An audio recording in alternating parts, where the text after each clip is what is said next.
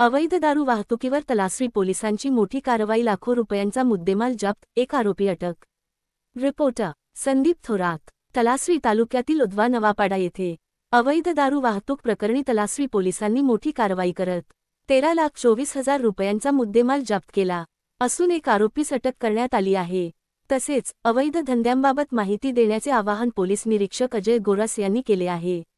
ही कारवाई उधवा नवापाडा तालुका तलासरी येथील रेलेश लालजी उपाध्याय, वय 29, व्यवसाय चालक, राहणार रूम नंबर 4324, गांधीडोरा, जय अंबे हॉटेल, धानिव विल्लेज, वसई याच्याविरुद्ध करण्यात आली आहे. आरोपी गुजरात राज्यातून दादरा नगर हवेली येथे दारू वाहतूक करत असल्याची माहिती पोलिसांना मिळाली होती.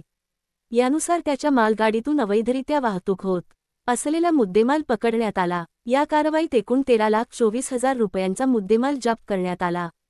कारवाईत पोलीस अधीक्षक यतींद्र देशमुख, अपर पोलीस अधीक्षक विनायक नरळे, उपविभागीय पोलीस अधिकारी अंकिता कांबळे यांच्या मार्गदर्शनाखाली प्रभारी अधिकारी अजय गोरस आणि त्यांची टीम हेमंत देवरे, हर्षवर्धन खोटरे, प्रणव चोरे, संदीप चौधरी यांनी सहभाग घेतला. सर्व नागरिकांना आवाहन. पोलीस निरीक्षक अजय गोरस यांनी जनतेला आवाहन केले आहे की अवैध दारू, अंमली पदार्थ, जुगार, गुटखा किंवा अन्य बेकायदेशीर व्यवसायांबाबत माहिती असल्यास त्यांनी पोलीस स्टेशनमध्ये संपर्क साधावा. माहिती देणाऱ्याचे नाव गोपनीय ठेवण्यात येईल.